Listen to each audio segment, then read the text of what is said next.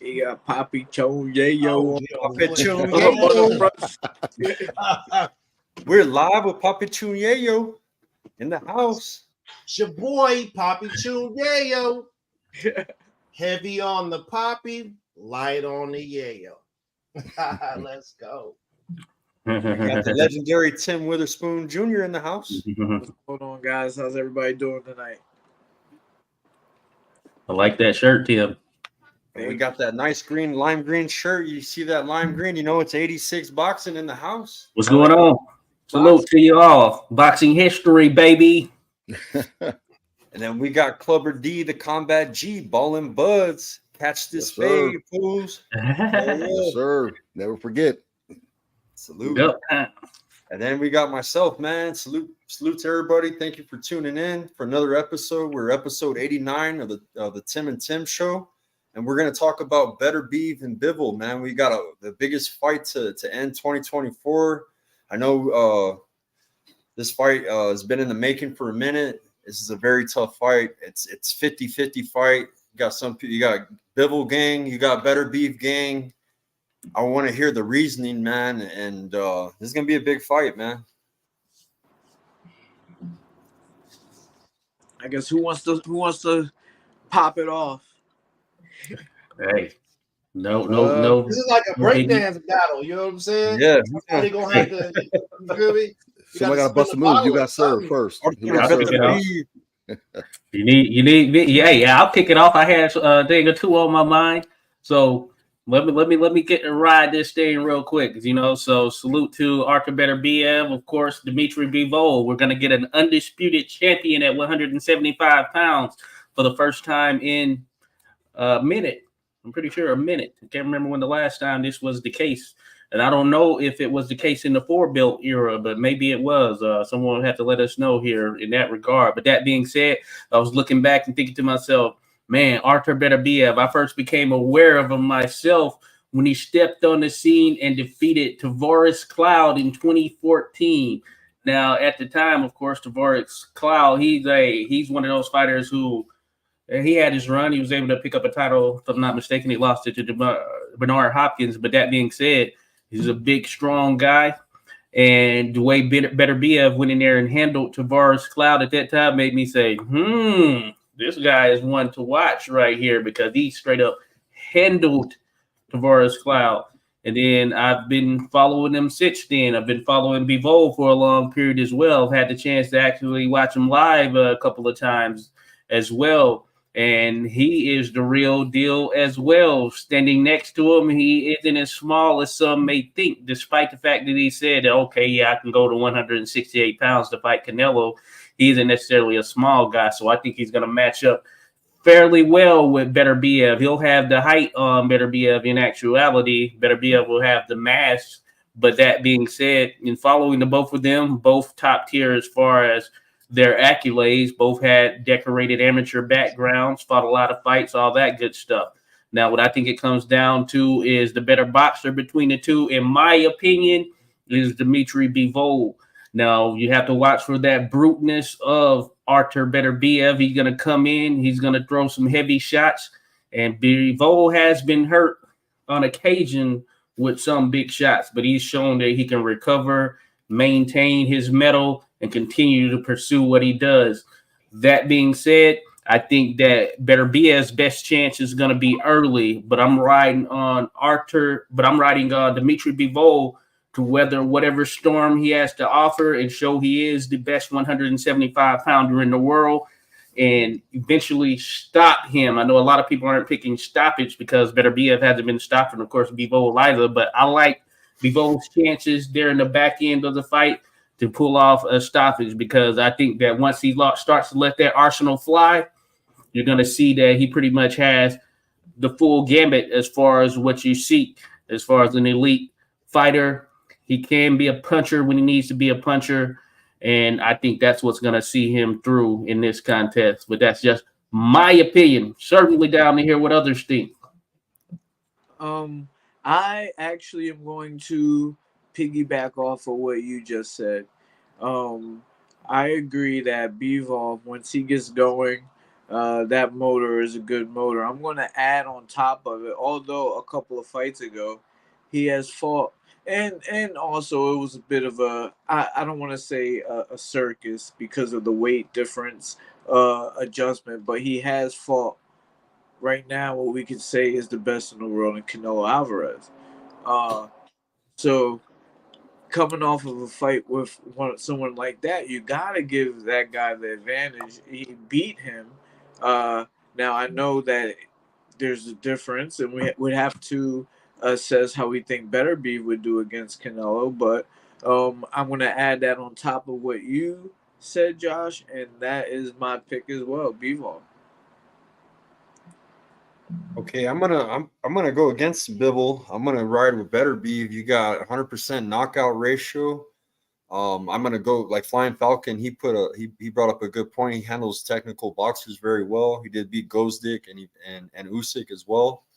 And very technical fighters, and both of them fighters. You know what I'm saying? And I think that his punches hurt, bro. I think that Bivol, he's a master at keeping distance. He has a nice jab. You know, has a little hop in his step when he throws the jab. It's nice, strong ass jab. But I think once Beterbiev lands some punches, I think he's gonna take a lot out of him. You know, so I'm gonna go with Beterbiev KO. Later rounds, I think it's going to be hard to hit. I think Bivol's going to be hard to hit, but once he starts connecting, he's definitely going to slow him down and finish him. So I'm going to say late rounds, like 8, 9. Yeah, I mean, to be honest with you, I want to see how this distraction with Bivol's ex-wife, how she's jumping in there, throwing on stuff about with the kids and how she's rooting for you. Yeah, you know what I'm talking about. But you know what I'm saying? It's how's that's gonna play a factor in this whole thing. And then look at Artur Beterbiev. I mean, I don't know if they try to age him out. The man's 39 years old, 20 up, 20 down. I honestly feel Bivol has the better footwork and he's a better pure boxer. But my thing is, how's he gonna stop him? How's he gonna slow him down? I don't think he can. So I'm gonna go with Beterbiev. I'm thinking it's probably gonna be like an 8 round TKO for him. I like Bivol, but I just don't think he has anything to stop him or to slow him down. Dang, man, sound like I get the tiebreaker. Yeah. Y'all already know, man. You better be too Bivol. I'm here for the jokes. You know, I'm here to light things up a little bit. But I mean, first off, shout out to both boxers. You know, this is the type of fights that we're supposed to have on every card. This is really, really a matchup that that satisfies everybody's needs. It's like nobody's saying we didn't want to see this. You know, it's kind of a fight that's happening when it's supposed to happen type deal, right? So back to the joke side. My man Bivol, let me tell you something, son. When you get the bag, you're supposed to take care of your Mickey Ficky kids. You feel me? So, you know, I'm side with wifey on this one. Yo, you messed up, my G. You feel me? She telling all your business. We know about all your ligaments and joints and how many times you had the surgery and what you didn't do for your kids, bro. That's on the funny side of the game. But on a serious note, though, I'm taking Beterbiev basically because he manhandles men. That's what he does. When you get in there with him, you got to figure out who's the real man. And at the end of the day, we've seen it, whether it was a boxer, somebody that could crack, whether he had to get up off the canvas. He's leaving that ring with his hand raised by TKO, KO, however it's going to come. It's not going to be by no decision. He's ended. He's going to put some damage on him. So I'm saying KO 8. Beterbiev. Hey, for all y'all listening, TM Boxes, I officiate. Go with us. That's it. Right. But there's always time. Ernest is the king of the prediction league. Ernest is the king of the prediction league. You better tell him. I got 2. I almost had 3 out of the 10 fights. I almost got 3 picks with the KO and the round. You feel me? I does this, my guy. So let's talk about that personal side of things, though. What if it goes the other way and it motivates him to actually prove everybody that he's still the man? You know what I mean? And he wants to shut his ex-wife up. You know, he's a professional athlete. You know, Yeah, it could happen. Yeah, They can also get too wild and walk into something. He just happens to be going into the ring with a guy who knows how to cut the ring off. Yeah, that's the thing. Woohoo, man! Don't nobody. Hey, when he cut the ring off, you know he just might get something that hurt a little bit when if he get a little too close to you. It's coming. Yeah, Liam Smith found that out. It's coming. I had to think. Yeah, that probably does factor in, and this has been boiling over for a while. I think the wife hadn't really gone as public as she has been here over the last few months. And a lot of that is getting out there. I knew about it, you know, when it was first happening. And man, yeah, it's pretty crazy. And I didn't know the full story. It just so happens my partner, she is friends with her on Instagram, that is. So she got wind of it early on, and I knew of it. And then I was just like, now, wow, a lot of this stuff is just coming out, and we're hearing more and more about it. So it's just like, dang, Bivol, what you had going on there, man? What did you have going on? He seems to be, you know, a pretty straightforward guy as far as when we see him here in media interviews and all of that stuff and being around him. Yeah, he's a pretty straightforward, nice guy, but I guess you just never know what's going on behind closed doors. Yeah, the other thing about Beterbiev that I don't like about him personally is that he doesn't like the sport of boxing.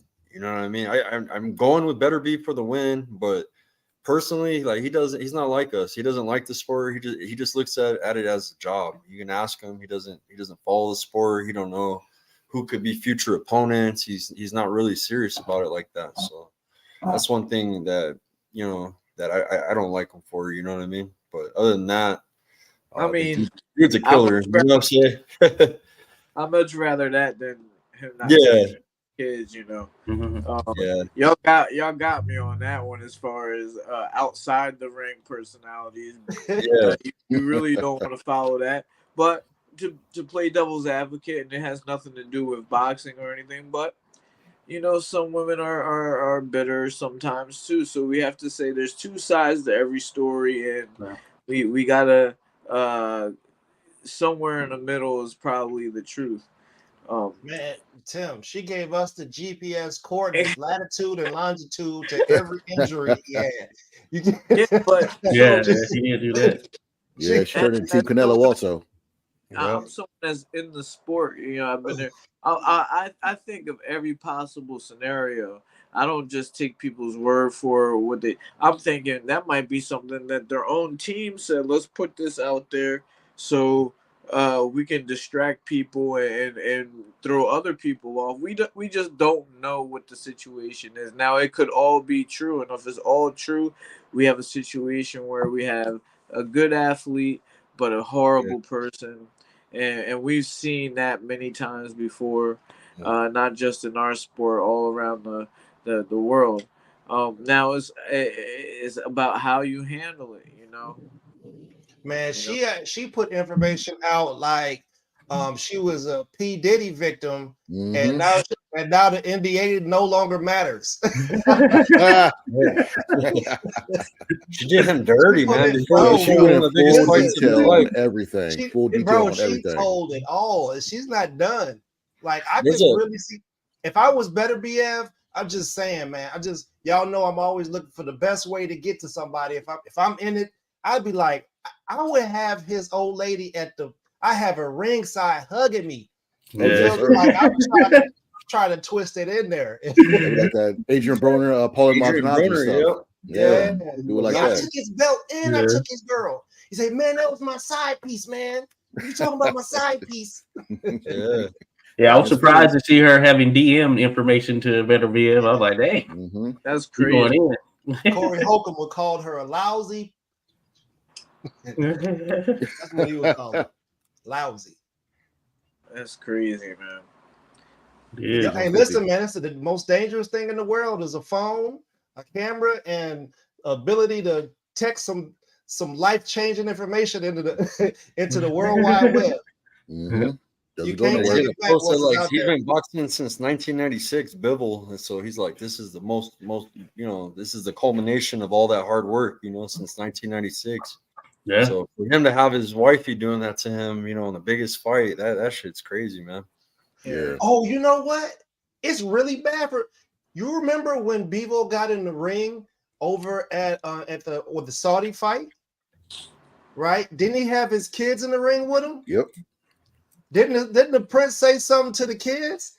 Yeah, if y'all go back and they got a picture of that. They got a picture of that. The kids, y'all gonna be like, yo, he just got punked. Say, hey, come on over here, little boy. Come over here. And your daddy wants to fight Beterbiev next, doesn't he? I'll go back and watch it. I know exactly what you're talking about. And he basically told him, hey, you're fighting Beterbiev next or else. That's what I got out of that when it happened.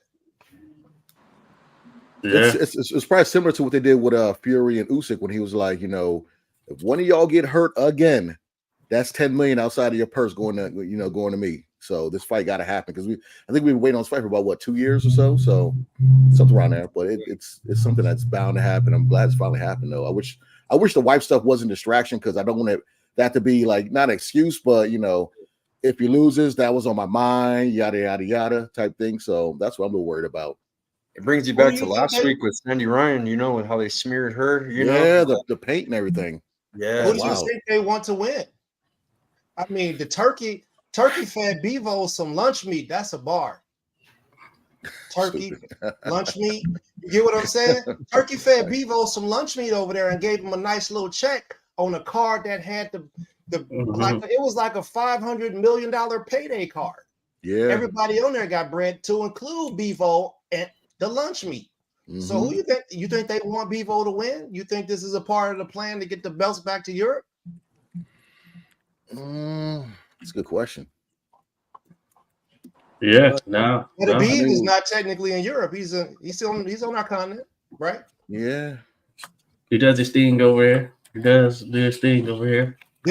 So where is this? Is this fight in Vegas or is this fight Riyadh, Saudi Arabia? It's okay, Riyadh. Like there you 5 have o'clock it. fight. Yeah, it's over there. There you have it.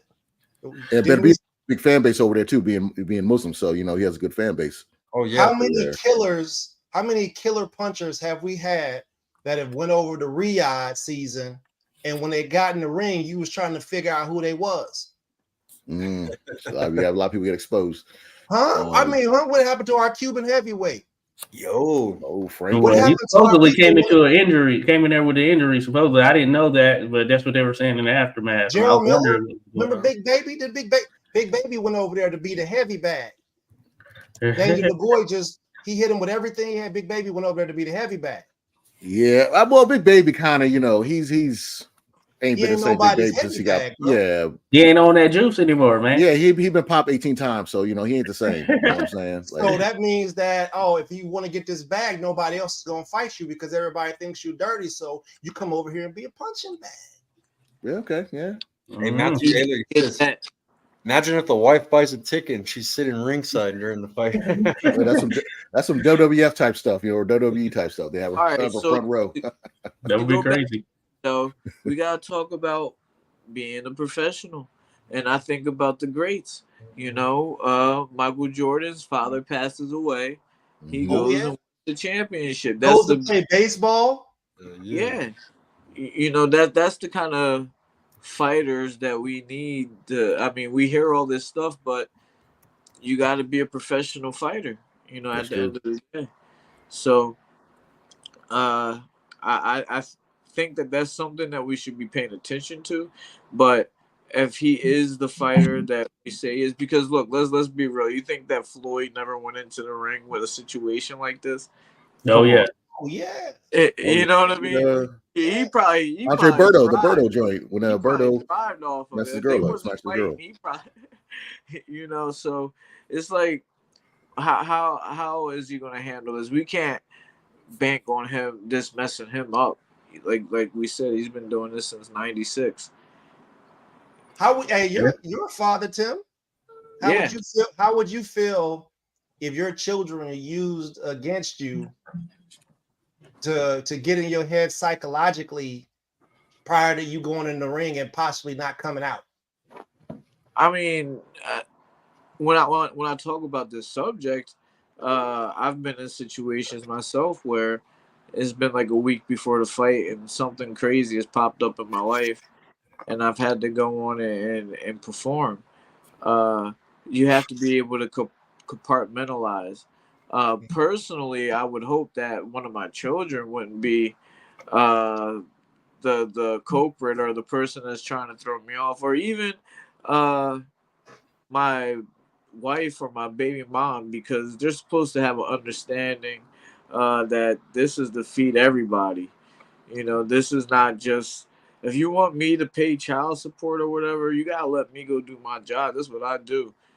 You know, Bivol is not going to her work wherever the fuck that is, and you know, You're right. doing Yeah. that. But this is where he's at. He's a public figure. He got to be able to eat that. Me personally, you got your personal life and you got your professional life, and if you're going to be in HR, you can't bring your personal life to work with you and be able to handle HR work. This is where professional boxing and being a professional has to kick in. Well, look, man. Aside from the boxers, let's talk about the civilians because I got to go Bob Barker Price is Right on you. We've seen this. We've seen this one before. Didn't Tank's old lady try to act like he did something to her right before one of his fights? Somebody said she got which time? When he snatched her out? She got a check. You feel me? It happened twice. Well, I feel different about that one. Name your price, bro. We've seen it before. We've seen women take the check, bro, and do something dirty. There's the history is full of it. I have my own theory behind that Tank one I'll share someday. Mm-hmm. Me too, because if it's, I know you're talking about Josh. Cut the check. We know certain situations are like that, but I'm not gonna sit up here in public and say that these women did it for a check or nothing like that. Oh yeah, no, I'm with you, Tim. No, I'm siding with the woman on this Tank one right there. I have my reason behind such, my own theory behind such. Is that the same one he snatched out of that All-Star game? Is that the same one we're talking about? It could have been the same girl. It could have been the same one. I believe it was. Hey, let's not forget the world saw Ray Rice send a left hook that was fast like a boxing hook to his old lady and slept her on the elevator.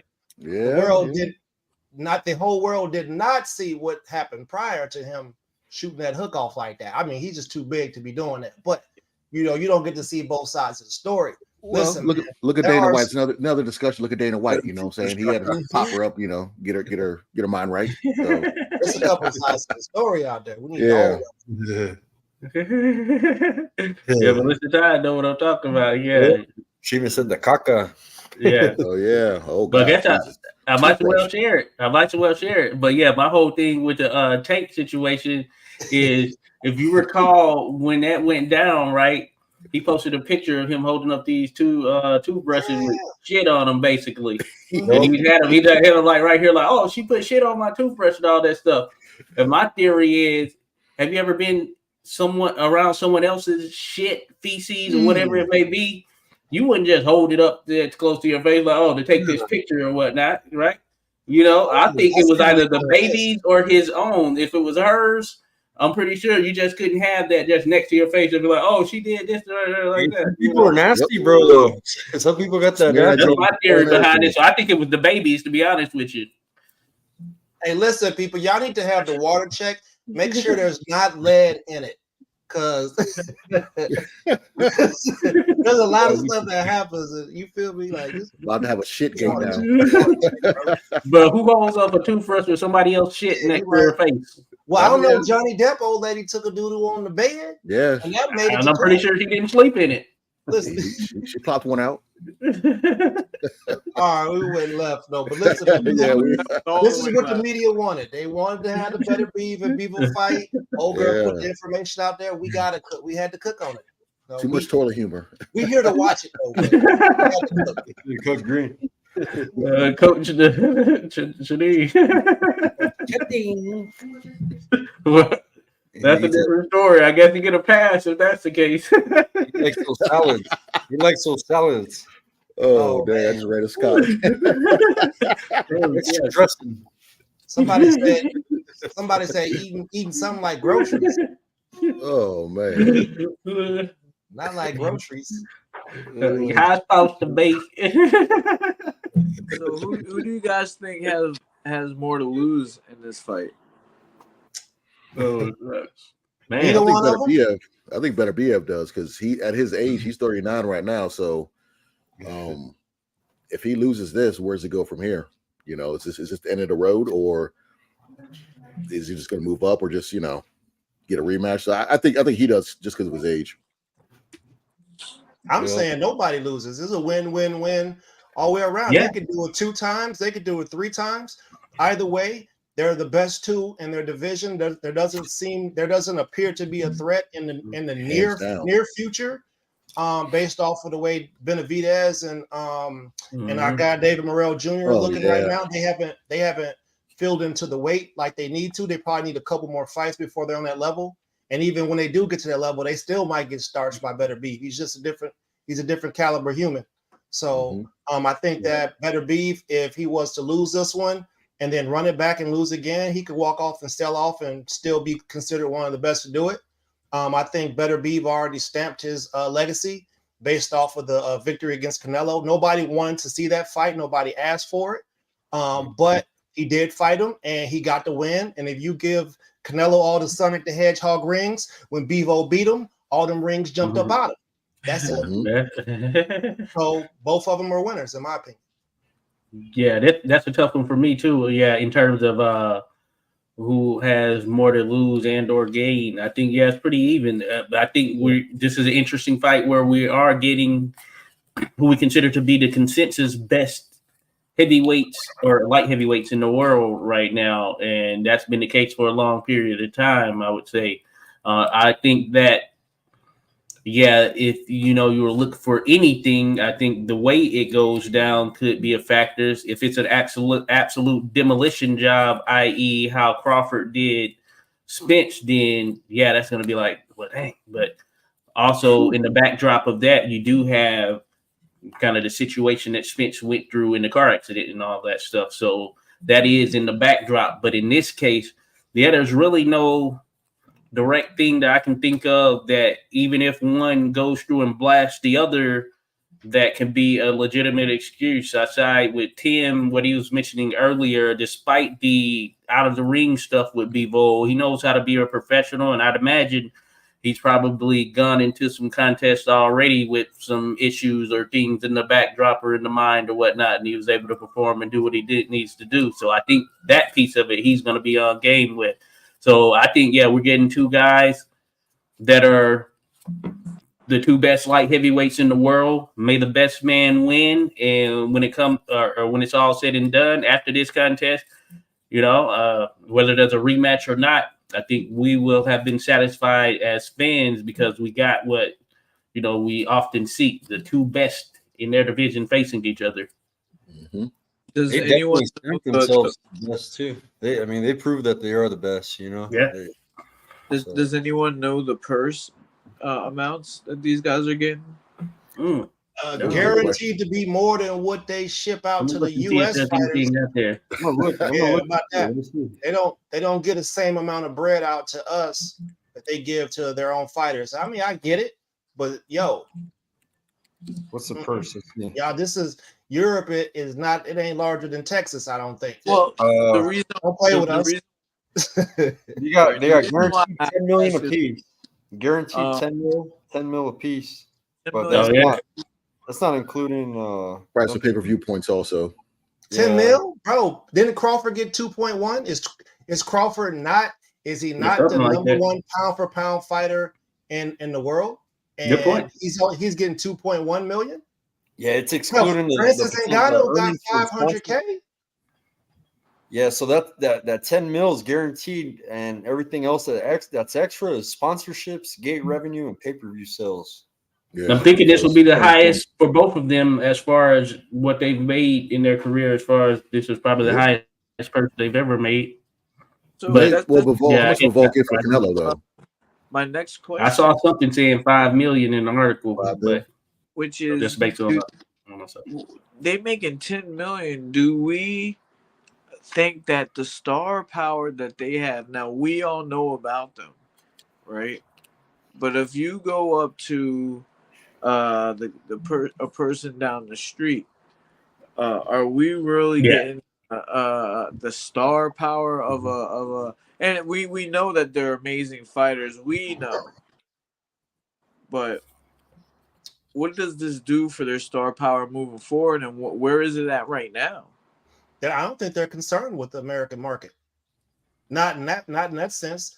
If they have all the belts over there and all the champions, then the American market doesn't matter. If you can sell out, you got 98,000 people that jammed into to the Wembley Stadium, bro, and there was another 270,000 people who didn't get the tickets because they had to enter their name into a raffle to get them. They don't need us. You bringing up a lot of things. They don't need us. Are we? Check this out. Mike Tyson's getting 40 mil for the Jake Paul fight, dog. Easy money. They gonna pull that. For me, it's interesting with the Saudi fights in general in terms of I don't know if they're making money off of them or not. Just even some of the other ones that we've seen, given the amounts and all of that stuff, considering that, for instance, they've teamed with DAZN. DAZN is a subscription-based platform, right? But they'll have their pay-per-views on DAZN as well. I wonder if they're actually making money on these contests, just given the amounts of the purses and the fact that we don't see some of the same type of elaborate event promotion expenses with some of the other promoters out here. So I don't think they're actually making money. That's what I would assume, just based on my thought.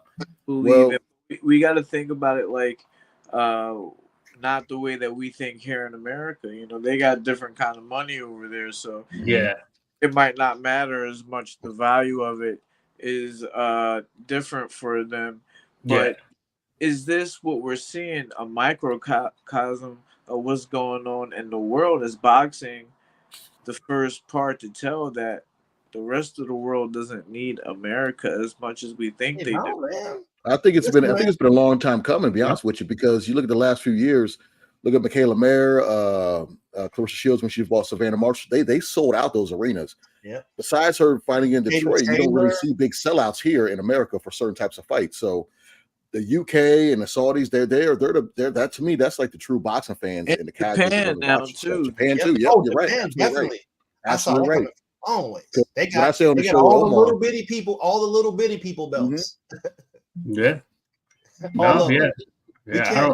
We need to see a 118, 122, 114 fight for championship over here. We'll never get it because all the little bitty people are over there.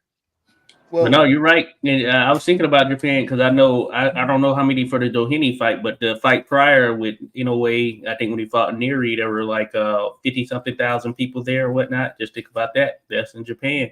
So yeah, and in a way, he doesn't necessarily have to come here in the U.S. to fight. That's why he hasn't fought here much. I think he's only fought twice. Once for sure, but I think he's fought twice here in the U.S. Maloney brothers won them. And Regis is on his way back. So Regis went over there, beat up Josh Taylor the first time. I said, he beat him up. He should have won that fight. So now Regis is on his way back to go beat up the dude that beat up Josh Taylor. Yeah. You feel me? He's got to go back overseas again. So, we see the moves, man. Y'all ain't slick.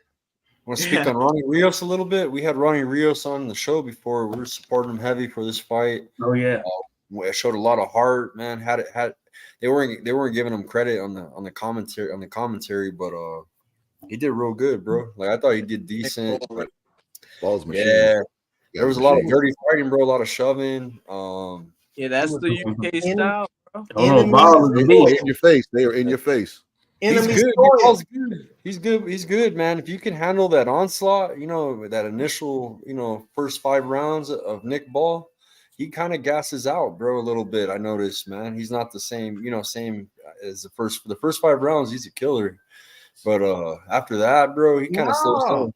Definitely a namesake. Definitely a record ball. Definitely a namesake. Up until this fight, up until this particular fight, he was the wrecking ball. He was the guy that had all the power all the way to the end of the fight. The reason that he didn't have that power and he slowed down is because my man Brandon sat down on them body shots. He put everything, when he threw, at least 2 of them went to the body the majority of the time. And Ball did not like that. He took, man, he was, it was like driving a truck on sand. You got to let the air out the tires. He took the air out them tires. And if Brandon had been in shape, I'm telling you right now, if Brandon had one more fight prior to this one, he would have stopped Ball. Ball, a tough dude, but the next guy that fights him, they now know that he doesn't get his head off the center line, never. He keeps it right there. He can't take it to the body. And then once he gets vulnerable, and he squares up a lot. He's coming in, switching feet right in front of you, and he was there to be countered the whole night. And when Brandon had the energy to throw him, he landed him. I mean, I'm sorry, Ronnie. I don't know why I keep saying that. Yeah, but when he did that, bro, man, I'm telling you, Ball's getting ready to get stopped. The next opponent he fights that's of A class, they're going to stop him. Well, they're trying to say a couple folks for him now. Yeah, well, I'm of the mindset is, hey, you know what he's gonna do, but what you gonna do about it? And what I've seen with Nick Ball, I did a little podcast earlier. I had in the title, he's a modern day Joe Walcott. No, I'm not talking about Jersey Joe Walcott. I'm talking about Barbados Joe Walcott, a 5'1" Guyanan who grew up in Barbados, who was the first black world welterweight champion back in the day. I think this was like 1904 or somewhere when he won it, whatnot. But he was 5'1" and beating down guys bigger than him. He fought with the same type of tenacity based on the accounts and all of that stuff. And you wonder how like such a guy with such a small frame is able to do what he does. That's what I see in Nick Ball in terms of all the fights that I've seen from him. I think that he rises to the occasion and he puts on based on who the opponent is. In this case, I thought Ronnie Rios in those early rounds specifically did a lot of shelling up. And I think it's probably because when you get in there with the 5'2" guy, you're wondering what you're going to do, especially when you have such a height advantage on him or whatever, reach advantage as well. And Ball was able to land. You could argue that in one of those rounds, I think it was the 3rd round or something like that, 3rd or 4th, Ball was landing at such a pace and veracity that, hey, the referee could have stepped in and stopped it. And he thought about it at that particular point. Now, eventually, Rio started to, like you said there, Ernest, he started to dig into that body, and I saw him get this work, and he was able to bust up his nose, had his eye messed up as well. So he did land some stuff, but at the end of the day, the Ball was able to maintain that power. It was a 10th round stoppage, if I'm not mistaken, and he ended up knocking him out of the ring. And you could just tell that while he might have slowed down so much from the overall punch output, he still had that power on his punches and the way that he was throwing them. I think that Ball is used to being the shorter guy in a fight. I doubt he's been in a fight, at least here in the pro ranks, where there was a guy who was shorter than him.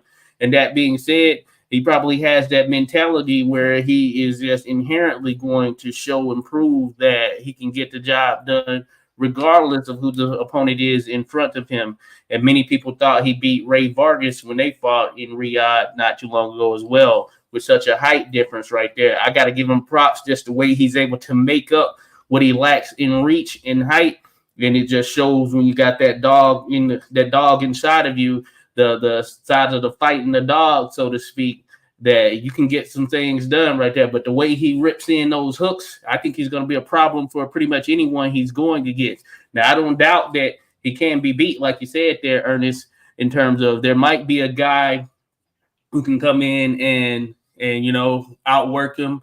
Ray Vargas had moments as well. He was super long and lean, and he won like the first 6 rounds of that contest. But eventually, once he closed that distance, and if Ball is able to close the distance on anyone, he's a problem for anyone in around that weight class, just given the fact of such, because I think that, he just has that mentality in him. So that's my thought, Yeah, I think that with Nick Ball, and you touched on a little bit, and it's about maintaining the pace, and not just the pace in the actual fight. We're talking about this pace where he has to keep this up throughout his whole training, fight through fight, each sparring session, each.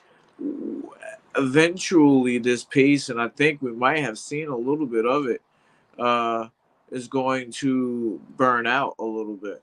And then once that happens, is Nick Ball going to be able to become a different kind of fighter? Uh, that's yet to be seen. Now, wasn't Nick Ball? Did he fight Ray Ford? Yeah. That was a Ray Ford fight. I loved it. He put on a beautiful show. That fight, and Ray, he's from down the street from here. That's my man. I like him. But and I think Ray Ford in that fight had a little bit of that. I don't know what it was, but a little bit of that gun shyness, and sometimes that comes from maintaining these training paces, these fight paces, and when it comes time to perform, you can't shoot no more. I hope that Nick Ball can figure it out if that does happen to him and change his style a little bit, because right now, the one-dimensional fighting will catch up to him, I believe. Usually I feel real quick. I did want to say, I feel you from that standpoint there, Tim. I think that is a good point, and I thought that's what essentially happened with another fighter I like, Oscar Valdez, who had a similar situation where he put so much into his punches and the way he went at it, fight to fight, that eventually, someone's going to catch up to him, and I think we saw that for sure. Listen, man, if Ronnie Rios, if he had a jab to use, bro, the jab, every time he hit him with the jab, it looked like the dude's nose and face was crushing in, bro. If he had just kept using his jab, if he had just a little bit more in the tank, Nick Ball, early on in the fight, I was like, oh, this ain't gonna last long. He might get him out of there at 3, right? But then my man, he got caught. Right. He kept catching it. And Ball was stopping. He was freezing. Ball threw everything at the same. He didn't use speed. He used all power on every shot. I felt like he was fighting at one pace the whole time. And then there was loads of action. And Brandon sometimes, Ronnie. Why do I keep Brandon Rios? You think it's Brandon Moreno in UFC? Brandon Rios. Ronnie, man, I'm telling you, man, Ronnie cracked the code. And my man, I'm gonna give him his credit right now, but he's not. There's no way he beats Espinoza, right? You think Espinoza? Oh no, I want to see that fight. I won't say there's no way. Very tall versus very short. I would like to see it. Man, I want to see it. 3 rounds. I think about Barbados Joe Walcott, and I know this is going back way in the day, but Barbados was able to knock out guys that were bigger than him, but guys that were over 6 foot tall. And of course, that's going to be an interesting one. I want to see this fight just to see what it's like with a 5'6" guy and a 6'1" guy being in there, because that's the closest thing to seeing Barbados Joe Walcott against Joe Chewinski in terms of the height there. And I think that Ball, he's shown what he can do when he gets there on the inside. Ray Vargas had some height on him right there, and he was tagging up Ray Vargas. Remember how you was a little kid and your dad would put his hand on your head and you couldn't get to him playing boxing? You get what I'm saying? It could be David Tua versus Lennox Lewis all over again. You never know. 3 rounds. Hey, Angelo Leo beats Nick Ball. I'm taking Ball. Angelo Leo with his boxing ability. Espinoza, baby. Team Espinoza. 3 rounds. Getting them out of there. We don't play with little. Ain't no dude over 6'1" gonna let you know what I'm saying? Don't play with me like that. Hey, look what Tyson was able to do with the heavyweight division. Yeah, it happened. David Tua. Right. Sure. Yeah. It's been a long time since y'all seen Espinoza fight, huh? No, I like Espinoza. I think he's legit. I think that'll be a good fight. The fight got canceled, man. They were supposed to do a rematch or something, and something went wrong with it. Oh, got canceled. Oh, wow, I didn't know that. Yeah. They had announced it, and then now I guess it's canceled or something happened. Interesting. But that's the fight I would say I want. Ball versus Espinoza. If I could see one next, that would be it right there. Yeah, boy, we need it. Hey, Monster Inoue moves up. You know what I'm saying? That'd be an interesting fight. That'd be fun. Him and Leo. That'd be good. They seem to have him poised to take on Shushu Carrington. You know, they had him at his fight that time, and Shushu needs that, you know, that marquee fight when he gets that opportunity to step up. He did step up against Sagawa in his last fight, but both of them are top ranked, so they're likely going to try and make that happen, I would think. I got a question from Matthew, man. He goes, can Benavidez beat Bivol or Beterbiev?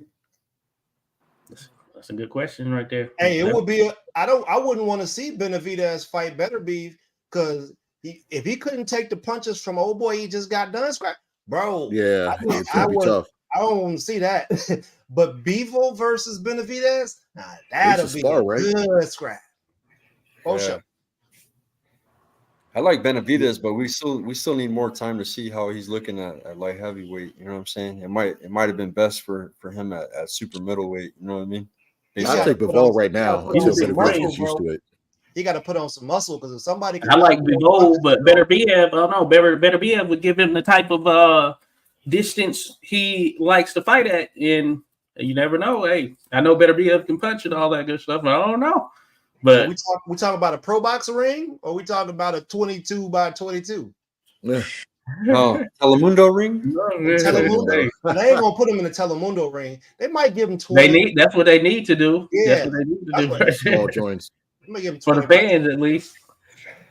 It's an interesting one, but no, you got to lay him with the guys who've been in the division. Of course, Beterbiev, that's where he did his work, so I can understand leading towards him. I like Benavidez as far as once he, as mentioned, continues to kind of shape out there. There's rumors out there of him potentially taking on David Morrell, and that's a good one. Both of them came from 168. Yeah, that rumor's been going around. There's a rumor, strong rumor. I actually put the rumor in my story. It's a fight post. So Mo Boxing posted it as well. Yeah, Mo Boxing posted it. Yeah, shout out to Mo Boxing. We're live on Mo Boxing, no problem, guys. So, but yeah, he posted it, and it's Spence, the return of the big fish going up against Fundora PBC. We got David, the battle of the Davids, man. I love that shit, bro. You know what I mean? Yeah, but Spence and Fundora and Crawford doing a purse bid right now, aren't they in the middle of that? Right, WBO. I don't know if did it actually happen. I think it started like this week. I believe something happened with that too, though, Clubber D. Here we go. You might have to drop that belt. That doesn't bode well. I will say that doesn't bode well for Spence because this fight with Fundora was supposed to happen already, and it was postponed because of Spence, basically. So there's definitely something there. Something's going on, and I think it could be like a physical thing, I'm assuming. Man, listen, I feel bad for a lot of people out there. It seems like y'all are suffering from what's the thing where like the dude's beating on his wife and she keep coming back. What do you call that? Stockholm syndrome? Like Stockholm syndrome. Yeah. That's what y'all suffering from. I'll take the Listen, so let me run this thing back for y'all so y'all can see what's been happening. It's not hard to see. All you gotta do is look a little bit. Wasn't Keith Thurman supposed to fight Tim Tszyu, and then Keith Thurman was out, and then magically Fundora was in there, and he was able to throw 1,000 rounds and 12,000 punches in 12 rounds? Who does that on 2 weeks short notice? Don't y'all remember when Manny Pacquiao? He was already supposed to fight, though. He was on the card anyway. So he was on the card anyway. Manny Pacquiao was supposed to fight somebody, and then that person left, and then they had the Cuban dude. Ugas seemed like he'd been training. Ugas seemed like he'd been training for a 12-round fight. He was ready to go. I think it was going to be Pacquiao Spence. I think Earl is out. I think Earl is out, and probably Crawford is in. Earl got a trainer yet. These dudes can't be trusted. I don't know if Earl has a trainer. Yeah, I don't know either. Him and Derek Earl James is not ready to fight Fundora. There's no way. It's been so long at this point. Yeah, it's hard to tell what Errol's. I heard the Laura and Earl. I'm not against what you said there, Ernest. Yeah, something's going on with Errol Spence. It's a bait and switch, bro. Like we still ain't heard nothing from Keith Thurman. Like where is he at, bro? Like Clearwater. I'm sick of these Manchurian candidates. Just tell us who you want to put in the fight. Let us talk about it a little bit. I think no more bait and switch. You just gotta let some of these guys just fade away, man. Yeah, They're not coming back, and if they do come back, it's messed up. But I would like to know more about Spence. I hope his health is good, because it is kind of suspicious that we've been waiting this long, and I guess he has his reasons on why he's not fighting. I'm not quite sure. Maybe you guys can elaborate a little bit more, but you just hope that there's no neurological issues or anything like that. Yeah, I don't know, man. This seems like Bud. They don't want Spence to retire right now, because then everybody gonna be like, man, Bud retired my guy, bro. Yeah, they want cash. Like that'd be a hell of a notch to have in the belt, right? I mean, he done did his thing. He done survived a car accident. He made his bread. You got a ranch. You got a cool life. You're away from the danger of the inner city, bro. Just ride off into the sunset. You done been an Olympian. You done dodged gang violence. You know what I'm saying? Just ride off into the sunset, my guy, and just be a promotions person and really promote the person you got your stable. Frank Martin. Yeah, really do that. You know what I'm saying? You don't need to fight no more, man. Devin, you too. You don't need to fight no more either, bro. You done made enough money to last you a lifetime. One thing I don't like, bro, a lot of these fighters that get big fights and they lose, they fall off the map a little bit, bro, or they don't stay active. They, for them to come back 3 months later and be fighting would be great, 4 months later, but a lot of times we're getting them right at the year mark or past the year. That shit has to stop, man.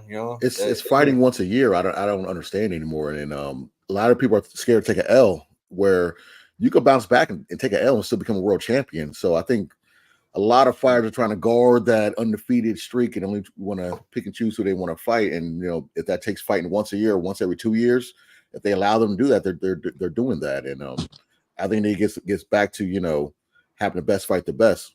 Test yourself. I just want to see them leave with their faculties. A lot goes into that, though. Like the market here in America is allowing them to be able to get away with that, but also I think more importantly is that we put these guys on a pedestal with having to be undefeated. Not just the pressure is on the promoters, on a lot of people to eat. So once these guys do lose this one fight, we have to understand that there is a cloud of depression around that. So meanwhile, we're sitting back on the couch like, man, why didn't this guy just come back and fight in 30, 60 days? These guys are dealing with a whole bunch of business depression, athletic depression, letting families down. There's a lot more that goes into just getting back on the horse. Now, the best ones can get back on a horse right away, but we can't just expect, Errol Spence was supposed to wipe through Crawford. Mm-hmm. Hey, who said that? No, I wasn't one of them. I was team Crawford, but basically everybody was like the political climate is right now. Everybody was either on one side or the other. The way they dogged him, yep. Mm-hmm. So, yeah. And when he lost the way that he did, you couldn't. Only the best man in the world could come back in 30, 60 days and avenge that. So we gotta give these guys a little bit of grace when it comes to that. Now, if you if you Gervonta Davis, you knocked a dude out in 6 rounds. Well, I don't understand why it's taking you a year and a half to fight again. So that's the other side of it. Why are these guys winning fights and not fighting in so long? That money's good. That money is definitely good. You make some great points there, Tim, and I think about that as well. We are at that age, and I feel like we'll exit it at some point where that loss seems to derail people to such a degree. I think from a mental standpoint, you think about like Floyd Mayweather, he was undefeated and he put a lot of emphasis on that 0, and realistically fights You know, they happen all the time, and it is really any given day. You know, in some cases, especially when you're talking about that top level or a fighter facing one of their peers at that elite level. You know, it's any given day. You know, you never know what could happen in there. So back in the day, of course, we didn't have as much emphasis on the zero as we do now. MMA, they found a way to not have as much emphasis on that zero, and they still get people to come out, show love, support these fighters because you are fighting. And once you know you have the mentality that you can get caught, there's so many variables that can go into actually throwing fists with each other. Then, you know, I think you gotta fire the storytellers, bro. They don't have modern day storytellers. What these people are doing is like, oh, you know, this story, we can say so and so did X, Y. No, man. Stop telling that same old story. You don't have to be like, okay, if this person loses, they might be reset back to zero. No, the UFC, they concentrate on facts. Be like, hey, this guy, he's good at this about type of striking, or he might choke you out. If you get in this bad situation, you could probably go to sleep. XYZ, you get held down to fight. That's how they do their stories in boxing, man. They come up with these, I don't know, some weird, sad sob stories to try to make somebody look like there's something that they're not. And ESPN puts a lot of money into foreign fighters, people who don't even speak English, and they always have the same story. We don't need that story anymore. We don't need somebody to be undisputed or come from a country that's at war. We don't need that story. Just be about the fighter. That's it. They can lose. It's okay to lose. Yeah, I hear you from that standpoint as well. But certainly it's not all the storytellers, I would say. Some of it I think is just kind of inherent to maybe just that perception that is out there. And hey, you would certainly know Tim, and that's from the perspective of you had a father that fought, so you understood that there's more to the fight game than simply that record that you see there. And I think that the more that fighters know that, then the more the understanding is there, because you can build up a fighter. Trust me, you can build up a fighter to be undefeated for as long as you want them to be undefeated. At the end of the day, it comes down to, depends on who you're fighting, your resume, what you put in as far as that work from an overall perspective. But you can manufacture a zero easily in the sport of boxing. And I know Tim knows that. So if they get past that mentality right there and have that understanding, and of course, I know you saw it, Tim, for your father being a fighter and all that stuff and all that goes into it and all that. And I think that would certainly help things right there. That zero doesn't quite matter as much as you think when you look at it from a fighter to fighter standpoint. Now, you can use it for marketing and all that, of course, but deep down, you know, the real fighters know. There's a lot to unpack with what you just said, because back when my dad was fighting, everyone was kind of like the UFC. You know, everyone fought each other. Not only fought each other, they sparred each other in their camps too. And then like the next year, they might have to sign a fight with each other. Larry Holmes sparred with Muhammad Ali, and Mike Spinks spar with this. They did that, and then they had to fight each other. But the one biggest difference I think that I can think of between that era and this era is that in that era it was less protection for fighters. So where you would have a promoter like Don King say, "Look, you are going to fight this person, or you will not fight ever again." Those kind of protections are not in place anymore, and the fighter has more say now. So yeah, I think that when that was happening, it was awful because a lot of fighters didn't get paid what they were worth, but it was better in a way because the public got fights that they wanted to see. And you got your manufactured fighter too, which was Mike Tyson, who, when we think about undefeated records, he was the first person that comes to my mind where there was a lot of emphasis on him being the youngest heavyweight champion. He's knocked out this many people in the first round. There's all this excitement. And then when that wall came crushing down with Buster Douglas, it was like the unraveling of the Aurora Borealis or whatever. I don't know. Like the whole world just changed. That was like 9/11. You know, the It whole was world. a 9/11 moment for me, bro. I ain't lying.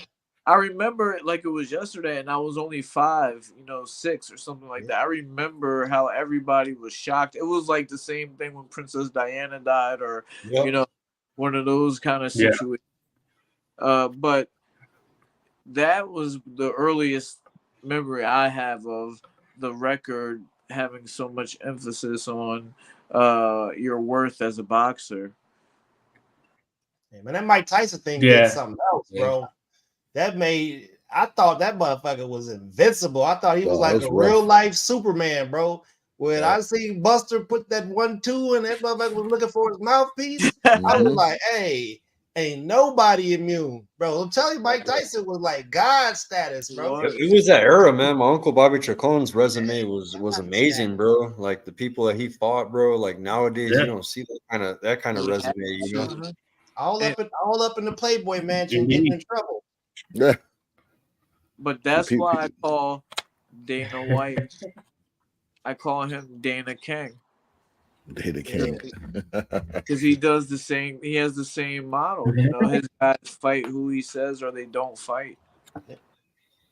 He drives a hard bargain. There's certainly something. There's something to that. Yes, I was just gonna say, there's something to that. All command and control. A great point by. And I was looking back, Tim. I was looking back, Tim. Your father fought Larry Holmes. Larry Holmes was 42-0. Your father was 15-0. Just think about that. You try getting one of these 15-0 heavyweights in there with the champion. And Holmes had multiple defenses at the time, as a matter of fact. You just don't see that as much these days. He had more title defenses than my dad had fights. It's insane. Yeah. So it takes a different type of mentality. And there's some guys here today who are fighting right now who have that mentality, but everybody doesn't have it. So look, to solidify our points, my dad, that was his first world championship fight at 15 fights, right? He lost. A lot of people say that he won that fight, but he lost. He goes on to win the heavyweight championship 2 more times. Right. So it's like back then you could lose a world championship, still come back and win it twice. Yeah. There's once somebody loses in this era, it's like, yo, we don't even want to see you again. You know, that's crazy. Like I mentioned earlier, you could bounce back from a loss. You could bounce back and still do something. But like I said, this era is a little different, I guess. Yeah, we judge too much this era, bro. You know what I mean? Like, hey, man, it's okay, man. I lost. I'm gonna beat that jive turkey up, Jack. Jive turkey. I'm gonna beat that jive I feel like turkey we're moving up, Jack. past it somewhat. I feel like we're eventually gonna get past that where there's just this infatuation with having a 0 on your record. I feel like we're gonna get past that. I don't know. As long as we live in the era of like social media and meme culture, it's going to be hard to, because every time somebody gets knocked out, it's all over the place immediately with a pillow on your head on the canvas. Well, you think that might get relegated to just a division in boxing? You know, look at the heavyweight division. Besides Usyk, I think everyone else has a loss. So depending on the division in boxing, you know, that might be a little different as far as taking the L and bouncing back and still being at a high echelon. I mean, let me ask you guys how you feel about this, right? I don't know, because I was actually living in Europe when this would happen. How did America feel when all the belts were over there with the Ukrainians, the heavyweight belts, the thing that distinguished America for really what it was in fighting? Did boxing feel like it died here? Because I was overseas, so I didn't have the same experience. Are you talking about the Klitschko era? Yeah, Klitschko era. It was boring. It was just boring heavyweight wise. Like whatever that felt like for you guys then, imagine that, right, with all the damn divisions damn near. Yeah. That's where we're headed to. So when we talk about like the Europeans and versus America thing, I like to look at it all around and think about other sports as well as not just boxing, because uh, people in those countries are dominating, and not just that, in tennis, in basketball, they're Soccer. dominating, in soccer, Mhm. wrestling, MMA. weightlifting, Mhm. swimming, Break dancing. breakdance. Oh, Stingray. Why? So so why are they dominating over the United States? And my opinion is that the values are different. Um, there was a time where my favorite basketball player, Allen Iverson, was famous because his dribble was out of control. Now, if you're going to teach your kid how to dribble like that, that's fine, but he's not going to be able to play in the college or high school level because he's not worried about how to dribble properly, how to do a proper layup, a proper foul shot. He wants to look fancy. Everybody wants to slam dunk the ball in America, but nobody wants to lay it up to win the game. So I look at these European athletes as fundamentally sound, and practicing the fundamentals way more than wanting to slam dunk the basketball. Now, there could be a lot of other things that go into uh, the reason why they dominated so much. You know, there's a lot of political things, Ernest, I think you might want to touch on. But when it boils down to it, we have to give them credit for uh, taking care of the little things that we take for granted. Yeah. No, I think that is a big piece of it. You know, and in my opinion, you see that with certainly you see that in boxing, for instance, it is a little bit different as far as going back to some of the older eras in terms of how the approach is or whatnot. I can tell you for sure that yeah, boxing still is very much like if you're in a city, whatever, you're gonna have some boxing around. You're in Philly, as far as I'm concerned, Philly is the greatest fighting city in the world as far as their history and all of that stuff right there. That's real talk right there. If you look at who they've had, so it's going to be around and all that stuff. But the conditions are a little bit different now.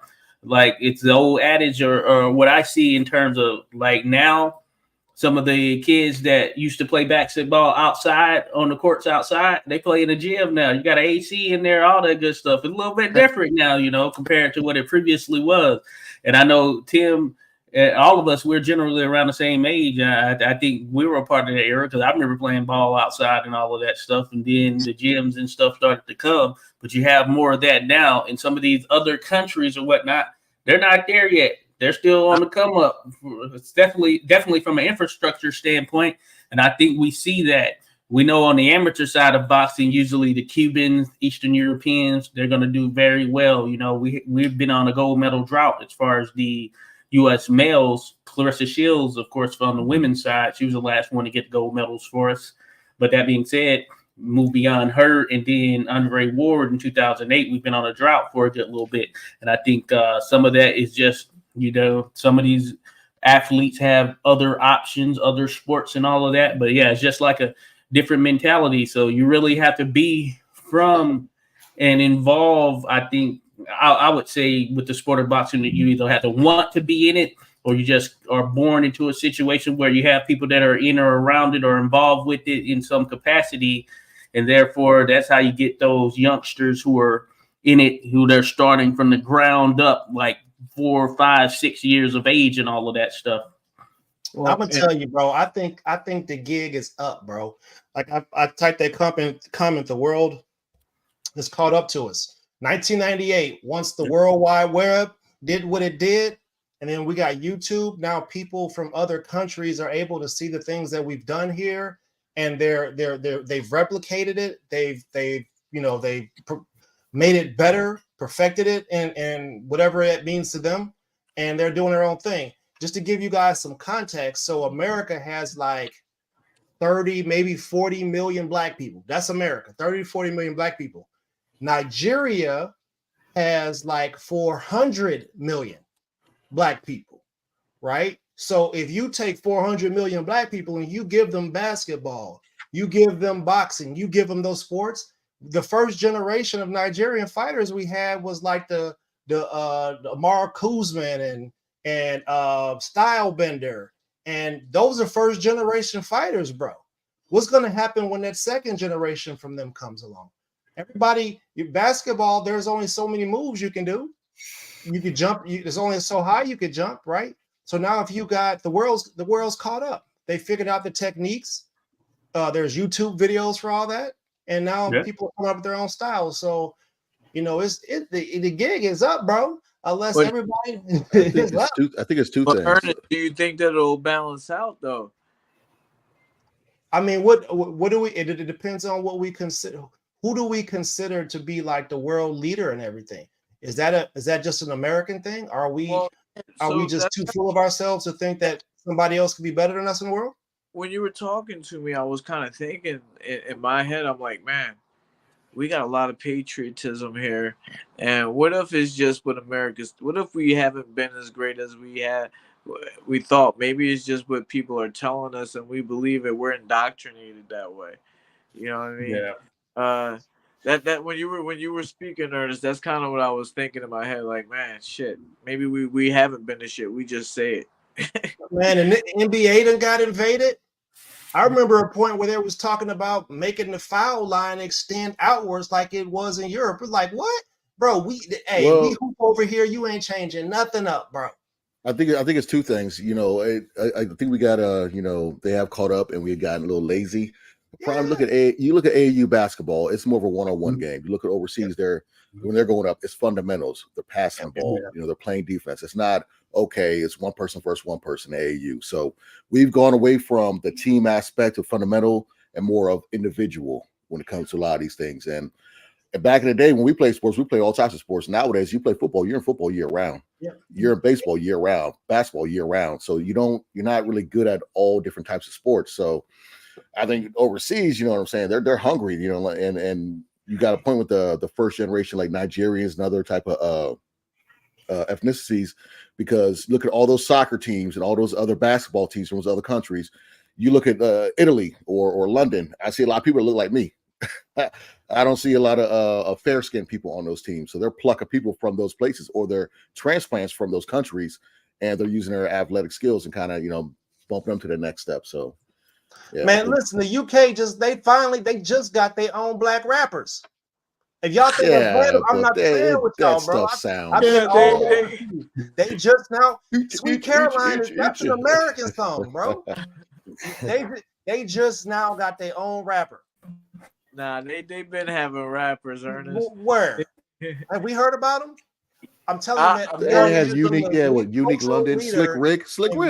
Hey, the Spice Girls, man, come on. Slick Rick, where's he at? He's in New York, right? He's from London, though. What about the Spice Girls? He's the only one. Him, MF Doom, he got deported. He had to go back there. They had a couple. You know, I remember a rapper called Dizzy Rascal came out of there. Yeah. There's a couple of it ain't nobody over there been like top 50 nothing over here, bro. We can't think that our culture is the same as other people's cultures. So when we talk about England, I'm somebody who has lived there for 5 years, right? I actually have a son in England. So I kind of thought when I was going to go there, the first time I ever went there was like right after 9/11.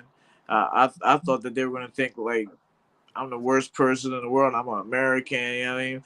But they were thinking like us. But the difference between America and England is that they're mad at different people. You know, their anger is not directed necessarily towards the same people that America is. And I'm talking about inside their country internally. So let's just say America, let's just say how it is. They don't like Mexicans. They don't like foreigners from there. England does the same thing with Eastern Europeans, you know, Ukrainians, Polish people, even Tyson Fury's people, the Gypsies. They really like they really don't like gypsies. But I come to say this about England. They will not have their Barack Obama running their country anytime soon, like America has. They're more likely to have an Indian prime minister before they have an African American, and that is because they're a little bit different than us when it comes to definitely. Their leader is the son of their leader is the son of his dad and mama's union. Charles, yeah. That's again. So that's all you need to know. Yeah, so I mean, just culturally, we're just different. Yeah. Have you ever seen the British world title? You ain't never seen that joint? Oh boy, the rainbow. I ain't got no beef. Hey, I ain't got no beef with it. I want to tell you, they got a rainbow belt, bro. Yeah. That's not Commonwealth title. That's the Commonwealth title. So, hey, look, I'll give it. Wait, no, I'm for it. Hey, I'm for it. Like, hold up. But the rainbow, I like rainbows when I see them in the sky and all that stuff. I feel like, yeah, we should be able to have a rainbow to celebrate with. LeVar Burton. Care Bear belt. Care Bear belt. Just for clarification, that is the Commonwealth belt. Yeah, the one with the rainbow. That is not just the European title. That means that wherever you see that King Jack flag or whatever they call it, like Jamaica is part of the Commonwealth, Australia is part of the Commonwealth. So that the English title is just a strap, a brown strap with like old people's faces on it. It's like almost the size of an actual belt. A little bit closer to the ring, yeah, a little bit closer to the ring. And they have the Lonsdale belt. It looks almost exactly like the ring. It's just a face of a guy there. The European title, it's like a blue color with bronze. Exactly. Yeah, it's like a blue and bronze title for sure. So yeah, no, you're right. Commonwealth belt got the rainbow flag and some people that look like Benjamin Franklin and George Washington photos on the side of it. Don't get it twisted. Who do you think is down there in South Africa? Who do you think is in Australia? Don't get it twisted. They gonna get this work. We left it. We beat them up for a reason. I'm gonna let y'all know that. Because I gotta say this because I see everybody's country got all this pride. All the Mexicans, everybody from the Puerto Rico. Shout out to Ireland. We got Irish people, especially Ireland. They go hard over there. Look to Ireland. Yeah, they love it. Everybody's going hard for their country. So Chris punked out a bus driver the other day, bro. He put it on a video, man, because they kicked out a kid on the bus. So he's like, I'm gonna punk this fucking. He had his shit recording, but the way he punked him, bro, I was tripping out because it's totally different the way us Americans punk somebody. You know what I mean? Like, no, he was literally wanting to whoop his ass, kick the bus driver's ass, But the way he said it, bro, is like, do you want a fancy? I'll say like, oh, Chris, I was laughing my ass off, bro. Chris, write to us where you're from in England or the UK. Technique in the house. Let us know where you're from, Chris. What town? I like the Irish. Yeah. No, hey, I'm glad. Listen, I've been over there. I know all about it. I lived over in Europe for a while too. I know all about how y'all get down. I know you ain't no fooling me, but I'm just telling you, if we can't just keep it with the sport, which we never can seem to do, then I'm gonna get on some country pride stuff. I'm gonna start getting on some whatever sort of thing I gotta do to get people to unite against a world takeover. I'm doing it. I don't like UK refs. I'll tell you that, man. I've been having a problem with the referees from the UK are way worse than the United States. When I see the British refs, I see colonizers. Yeah, I said it. I fought over there. I fought over there 3 times, bro, and the best way that I can describe the whole situation, I'm talking about the culture, everything, is that they're just a little bit more cavemanish if that's a word to use, than we are.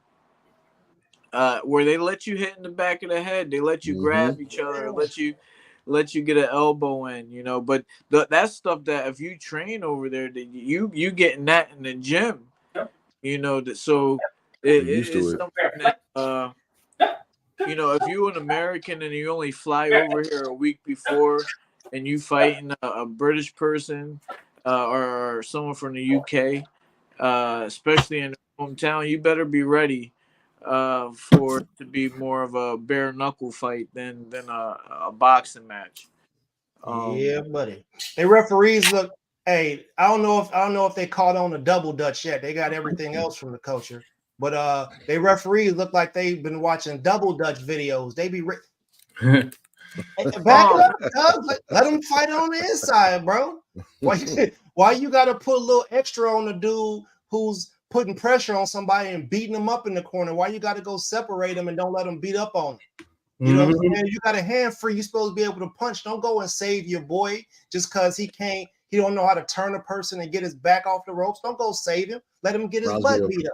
Reminds me of Froch and Darrell when they fought. You feel me? Man, I can't stand watching those fights, man. I be so angry, and it's just basically because there's nothing that's consistent across the board. They ref different in Vegas, they ref different in Texas and New York. They damn sure ref different in the UK. If y'all did that type of stuff in America, we throw something at you in the ring. You can't be over here messing fights up like that. I've officiated with some UK officials, all that good stuff, just there on the amateur side, because they have their own officials over there. They'll come over here for some stuff.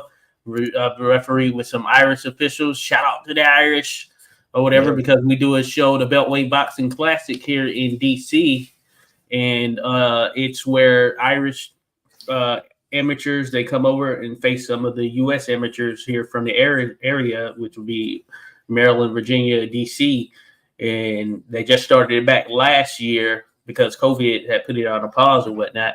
And so their officials would come, and then like it alternates years, and we have some fighters that go over there, so on and so forth and whatnot.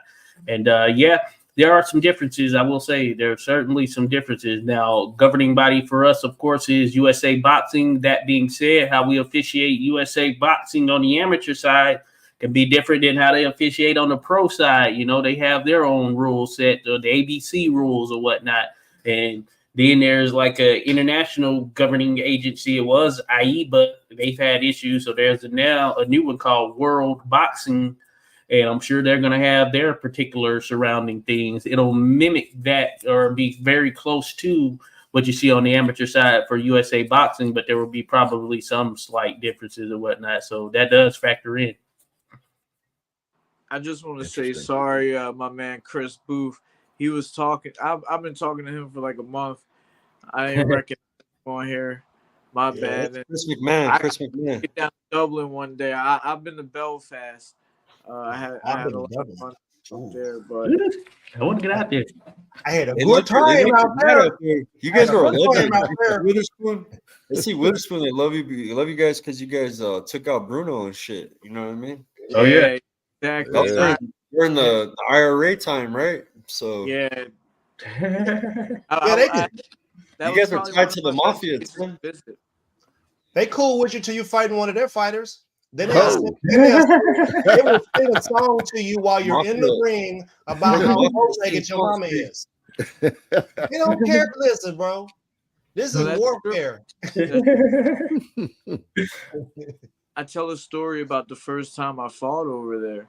And I fought somebody in Sheffield in their hometown. And after I won the fight, the whole side of his supporters came and rushed the barricade. And they had to rush me back to the dressing room. Oh wow! Yeah. They're very passionate about their sports, man.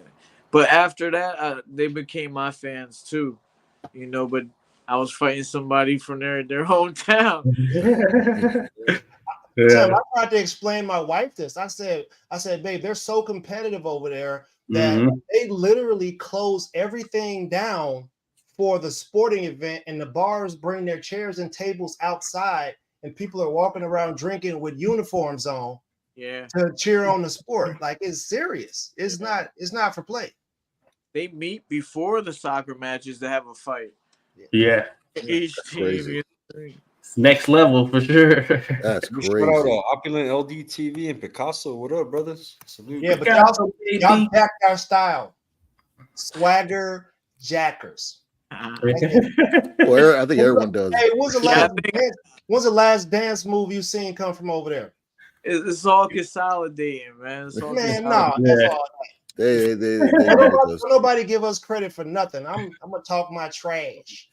I don't know what I did. Okay, there we go. They don't. You don't give credit where credit is due. That's all I'm saying. Real quick, we gotta say before we dip out, we gotta talk about Tim's gonna be fighting here soon. We gotta talk about that, Tim. What's the latest? Yo, what's the latest? Yeah, we're about 20 days away. I'm 2 months, 3 weeks into training. Okay. Yeah, just coasting now and just ready to get it on, man. All right. Yeah. I got nothing else to say. When's the last time you fought before this? You did a celebrity thing, right? Yeah, that was like 2 years ago. 2 years ago? Yeah, and this fight is going to be a real fight. You know, I'm going to get in the ring. I'm going to have to touch the ropes a little bit. No headgear, right? No headgear, 12-ounce gloves. Okay. It's 3 2-minute rounds, but we going at it. That's a little bit of a different pace. And what weight are y'all doing it at? 185. Okay.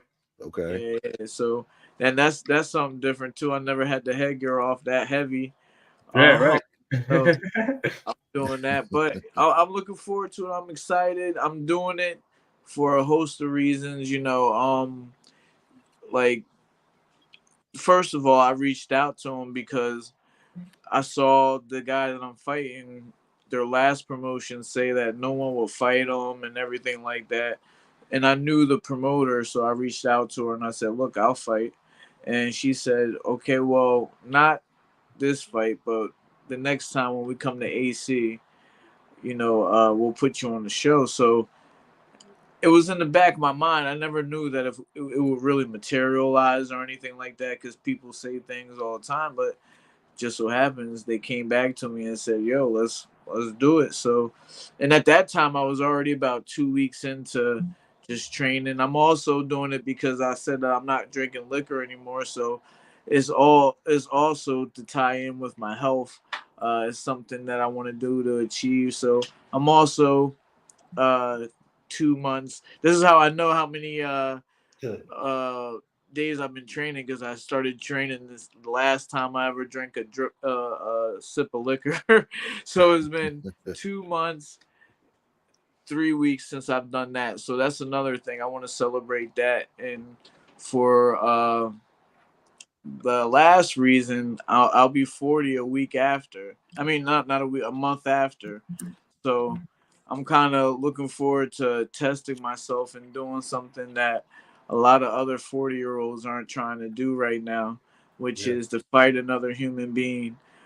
So those three things are really motivating me to go in here and improve. And I also, being a business owner, being on this show with you guys, I got a lot of people that want to see me do good. So I got a lot of pressure from that. And I want to put on a good show, and I want to have, I got my kids that I train, my pro that's been helping me get ready. I got a lot of people that I want to show that I can do it as well. So if I can do it, they can do it. Yeah.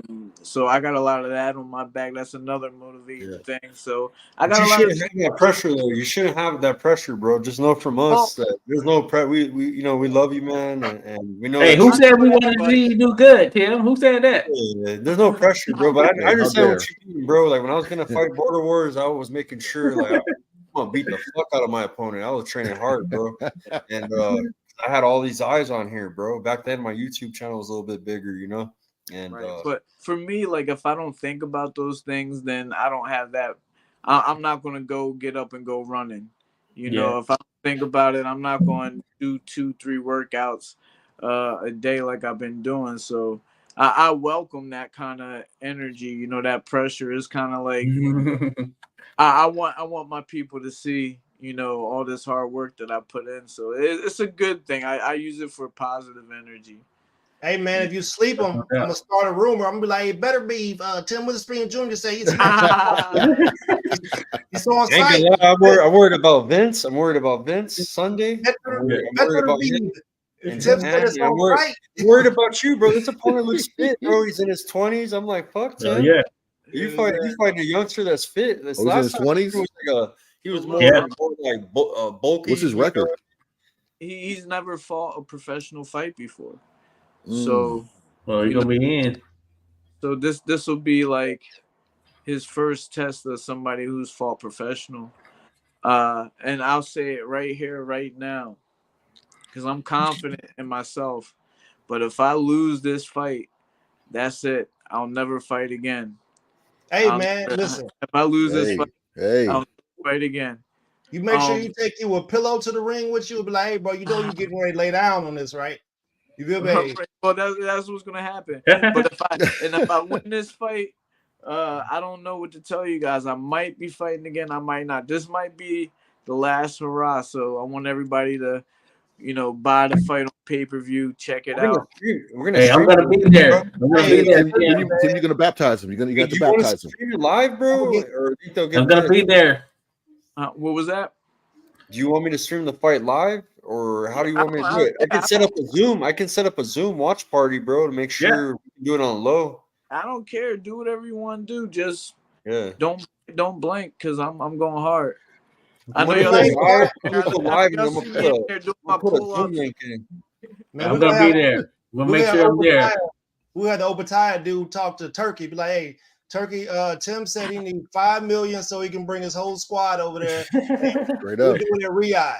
Well, look, I was doing we did a little promo shoot for this fight today, and I'm sitting there thinking, like, look, I look good in this fight. Why can't I start the retired boxers league? You know what I mean? Why not? There you go. Why can't I be one of the spokespeople to come out, you know, and be the first to fight on one of those kind of cards? Hey, just don't show up to the ring with that 1970s chest afro. You ain't gotta worry about that. My hair is going in the other direction. I'm going bald. I'm not getting here. Just let it go. Don't fight. Let it go. Like Ron Jeremy out there. I'm good. I'm good over here. I like it. Yeah. Hey, but no, that's what's up. Hey, I'm gonna be there, Tim. I'm coming. Hey, if you're trying to go, Clover D, let me know. October 25th, baby. Let's do it. Atlantic City. I'll for sure. I might be down for that. Yeah. But look, I'm out of here. Everybody, subscribe to Witherspoon Boxing on YouTube. Links on top, guys. I don't have a lot of I have a lot of shorts on there right now, but we're streaming live on there. I'm going to be starting to put a lot more content on there, so give me a follow. And as always, I'll see you guys next week. All right, Tim. Appreciate you, brother. All right, Tim. Take care, bro. Train hard. Hey, man, we're going to get that rumor started. I got to get off here, too, pretty early, guys. I got to do a few things before the night's over. Tomorrow's Monday. We got to start the work week. But, man, I wish Vince is fighting on Sunday, so I'm trying to get a live stream going for that. And wish Vince Paras good luck, man. He's representing our brands, guys. You can see our logos in the fight. You'll see 86 Boxing in the green right there. You see it on his trunks. Nice.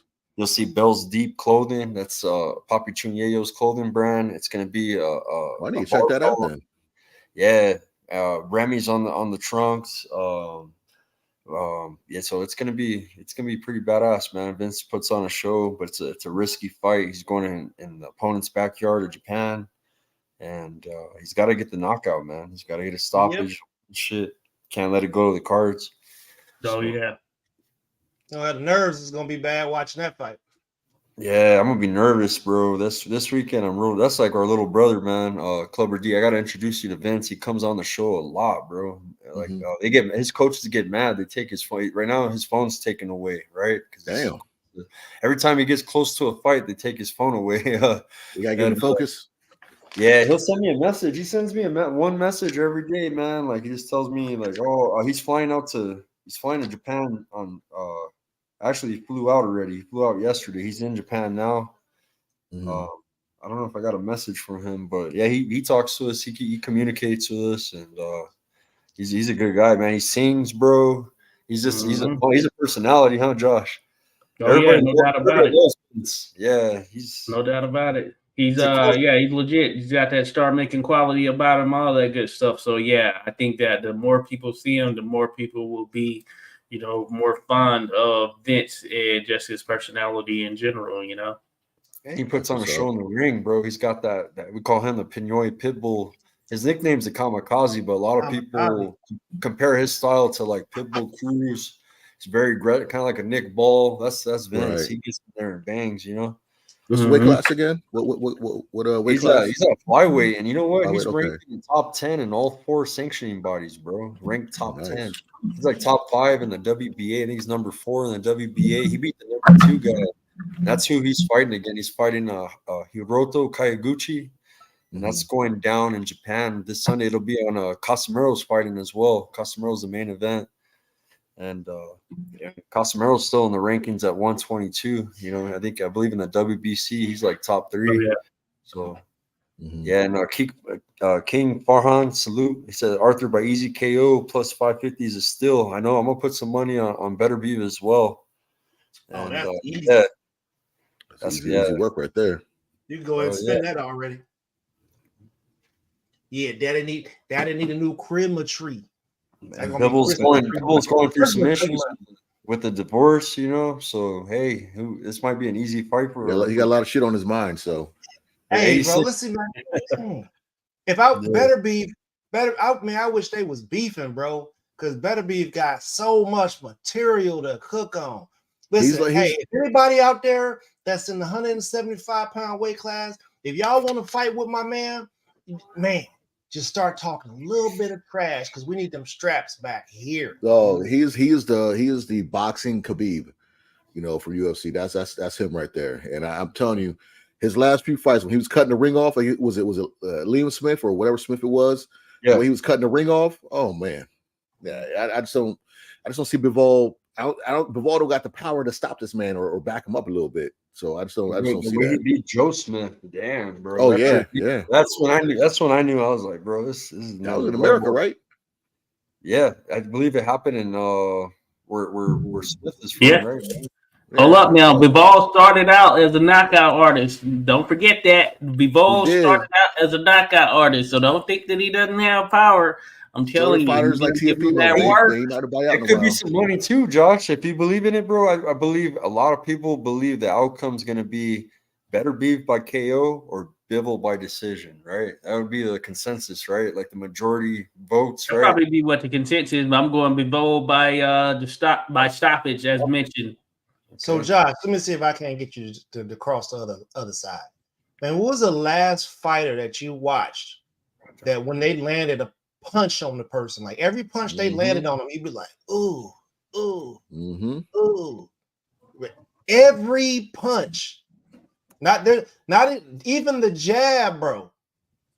The jab is painful, bro. That dude, he hit hard. He's one for you. You telling me that Bivol is good? Back to the every punch. You mean to tell me you think Bivol could take that? I think he can take it. I mean, he outboxed Joe Smith Jr. for 11 of 12 rounds. Joe Smith Jr. is a big puncher, and of course, they're a common opponent. Now, Bivol stopped or Beterbiev stopped. He stopped Joe Smith Jr. That being said, yeah, I think that Bivol can take it. I think he's built in that way that he can take those type of punches, and plus, he's gonna make sure that he's not putting himself in a position where he's just taking them straight on. I think he has the movement from a footwork standpoint. Defensively, he's sound. We saw that with even Canelo, though there are some arm punches that Canelo was able to get in. But that being said, I think Bivol can definitely put that work on. You got to remember, Artur Beterbiev, He's been dropped once in his career, and he was dropped by this guy by the name of Callum Johnson out of the UK, a light heavyweight there. Callum Johnson is not known for his power. He's not a bigger puncher than Bivol, that is. So that's what I mean. I think that it's going to ultimately come down to the skill set that is involved as well. And when we talk about skill set, I think that Bivol has more in the arsenal than Artur Beterbiev, who is a damn good fighter for sure, but Bivol has more in the arsenal. He's basically a Swiss Army knife. He can throw every punch. He can do all the things in there. He can, but you got to remember, Beterbiev, you knock the race off your face. That man hits hard. He will knock the race off. Yeah, that's what I'm thinking. That he takes that's what teaming up on you, bro. How do we know that Bivol has such great boxing skill? It's because he's had fights that went the distance. Mm-hmm. Yeah. Fights have gone the distance. That happens. That happens at a certain level there. Yeah. That 100% knockout ratio doesn't necessarily mean as much, and the way I look at it is it all factors in terms of just what you did to build up to that point and what you're capable of. And I know what Bivol is capable of from an overall standpoint as far as the boxer he is. There's not a ton that separates them. You could argue the power is the main thing that separates them, but it's not like Bivol lacks power.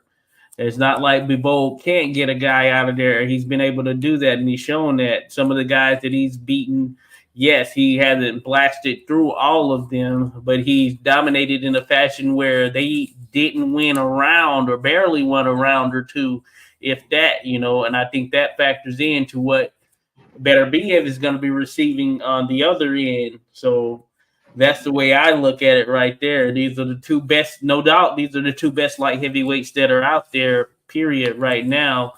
But that being said, I just think that Bivol, if you look at his overall arsenal, you go look back at some of his fights that he's been in, I think he has more to his overall game than Artur Beterbiev does. But I think Beterbiev is stronger. It better be. Have you seen his training? Like, have you compared both? Yeah, I've seen him doing the push-ups on his fingers, all that good stuff. Yeah, he's a beast as it relates to that. Yeah, he's a beast. He's like Wolverine, bro. He's like Logan. Yeah, no doubt about it. He has that 100% knockout ratio, as you mentioned. But that being said, this is the best. Don't make no mistake about it. Beterbiev is facing the best fighter he's ever faced. Same with Bivol, you could argue. Right. So that's what it is. The two are facing the best fighter they've ever faced as a professional. So this has to be fight of the year, bro. Fight of the year. We've been waiting for it, man. Hopefully it lives up to that billing. I hope it's not a dud. It's divided, man. You do a poll, bro. The poll will be like 55, 45, or you know what I mean? It'll be in those margins, I don't know if it's going to reach that fight of the year level, because I think that from a skills perspective, Bivol is better than Biev enough that you're probably not going to see that sustained type of punishment that you expect to see. You look at Bivol's toughest fight, or not Bivol, but Beterbiev's toughest fight. It just so happened to come with a guy by the name of Anthony Yard, who was out of the UK, and he was able to touch Bivol somewhat, or touch Beterbiev somewhat. And I think that you're going to see a similar case as far as how Bivol is able to touch Beterbiev, and I think he's going to respond as we expect him to respond, being a brute, being one of those guys that can come in and really lay the leather on an opponent. But that being said, I think that from a skill set perspective overall, when you have to switch the game plan up, all of that stuff, I think that is going to lie in favor of Bivol, and that's what's going to see him through in this contest. I just think he's going to be too technical, and he has the power, speed, and all that stuff to back it. All right, listen, man, I'm looking forward to that big old zero put in that column over there on the fantasy prediction league. I'm looking forward to that zero being put over there. Hey, somebody's gotta go. Somebody's gotta go. You gonna stick by your guns? I'm sticking by my gun. Dmitry Bivol via late stoppage. Oh, you got Bivol by stoppage. Bivol by stoppage. Oh, you rolling the dice. Okay. He's gonna rise to the occasion. Okay. I'm gonna say it once on here. I'm not gonna the other way. He's not gonna have it any other way, then he's gonna have to be stopped. And when you put in that situation, when a hurt dog has to fight, then I think that, as mentioned, Bivol is gonna do what he has to do. He's gonna stop him. So that's where I'm going. Bivol be a late stoppage. It's gonna be a lot of punishment being put on Bivol, bro. When Beterbiev started hitting him to the body and he can't move no more, bro. Oh, Bivol got to get there though. He's got to get there. I don't know if he can easily get to Bivol in that manner. That boy getting beat. We're definitely gonna find out. I look forward to it for sure. It's gonna be interesting. I'm gonna throw a Fight Club, bro, that night, man. For the people that can't afford it, man. One-time deal, hit me up, skywalkerboxing@gmail.com. You need the fight. It's gonna be all around like 5 o'clock. I'll send you an invite. Evening. I can't wait, man. I can't. It's probably like 5 o'clock. I'm pumped. I'm super excited for that. Yeah, I'm looking forward to it. What time is it gonna be, bro? Morning, right? Morning. It's like 5 o'clock afternoon, probably. Yeah, it starts early. Starts early, like 10. Huh? It might be on. I think it's on ESPN though. I think the undercard's on pay-per-view, but the actual fight is going to be on ESPN, ESPN Plus, I believe. Yeah, probably because Bivol, I think he's top ranked or he's top ranked. Beterbiev's top ranked. Or Beterbiev, yeah, that is right, yeah. Because they're trying to sell it as Shakur, as the main attraction for the undercard. They're going to sell that for like $20 or so. But I think the main fight's free. Oh, Josh, you just did. Ooh. You remember how when Berlanga, when he was in that KO street, and you would hear you heard the sound of those punches on them poor cab drivers. Tomato cans, Uber drivers. Man, he beat them cab drivers up. It's like you heard oosh. Bivol, hey, listen, bro, them oosh. Bro, you've been in the ring with people, you know. Hey, watch when you see them standing there face to face, you're gonna be like, okay, Bivol, yeah, he's it's different. If I see Beterbiev get backed up, then I know something's going on. If he's not cutting the ring off, he's not stalking. Trust me, Bivol is not worried whatsoever. Could you imagine wrestling with a bear? Just think about this. Just that could be. Could you imagine standing next to a bear that ain't caged up? They're from the same region, but sure. Mm-hmm. But no, I hear you for sure. But they're both Russians. At the end of the day, they're both Russians. But the Russian Muslims are different. One of them wrestled with a bear. The other one didn't feed his kids after he got the bag. Yeah, they're two different, These two different calibers. That is the saying. That's what we hear. A little different from regular, that's Russians. Pretty crazy thinking about it. I need to know more, but that is pretty crazy thinking about it. I ain't got nothing against you, my guy. I just think the situation is wild, and people that like to laugh make jokes about stuff. Don't do that. I like it, man. Put money on the underdog on this one. It's the best bet you could do, It's a live dog. Yep. Yeah. One of those things for sure. But I'm looking forward to it. Anyone can win. Both of them can win for sure. Absolutely. Both of them have passed to victory. I'm going with the guy Bivol. But you got Bivol by KO. You said KO. Bivol by KO. Yeah, I'm sure the KO. That's rough right there. He has good logic. Every punch that land on him, you're gonna see a dollar sign fall off, or $1. You gotta think that a technical fighter, when he gets in there, there goes a dollar. It's gonna turn into it's a slugfest. Bills pay the bills, baby. They do. And they do. You'll see who the more skilled fighter is on that night. I'm telling you, it's Dmitry Bivol, no doubt about it. I'm gonna find the fight. I can't remember what the guy's name is. I'm gonna find the fight when Beterbiev fought a really, really good boxer. The dude was a great boxer, actually, and what he did to him. Could have been Caleb Johnson. Could have been I can't think of his name. But what he did to that not Marcus Brown. I said it was that fight that made me say, okay, I'm never picking against this guy. I'm doing that with him. I'm not picking against Inoue, and I'm not picking against Tank. Oh yeah, no, I feel you for sure. I'm gonna tell you. I definitely seem to remember the name. Inoue, Beterbiev, and Tank. But Coley, he getting real close to getting put in the conversation. I need to see another fight out He of him. came out of nowhere too, Bacoli. No, he didn't come He's out of in nowhere. Billy's brother. Yeah, he's in Billy's brother. But I mean, we knew more about him, Billy, over there because of hiding. Canelo. He been over there hiding, commando with that skirt on, one of that cruiserweight and strap. then bagpipes. Yeah, that bagpipe and them skirts. That boy been over there lifting stones after eating salmon. He's strong as a motherfucker, bro. yeah. Hey, I don't care what you. They've been built. He's like captain. He's captain of whatever country he's from. Yeah, he's that guy. He even got the super serum, and whoever get in the ring with him, unfortunately, got to find out about it. Yeah. I'm gonna wrap this up, guys. So I gotta get out of here. But much love to everybody. Hit that like button, share the stream, follow 86 Boxing. You can see the logo right there. Don't get it confused with the other 86 when you put it in. But it's the 86. Yeah, knock out 86, not 86, this, that, or whatnot. 186 boxing, baby. Yes, sir. Josh right here. And then Papi Chun Yayo, where can they follow you at? I got Beterbiev by destruction. Where can they follow you at? We're going to talk about it. Yeah, let's do it. Yeah. Where can they follow you at, Ernest?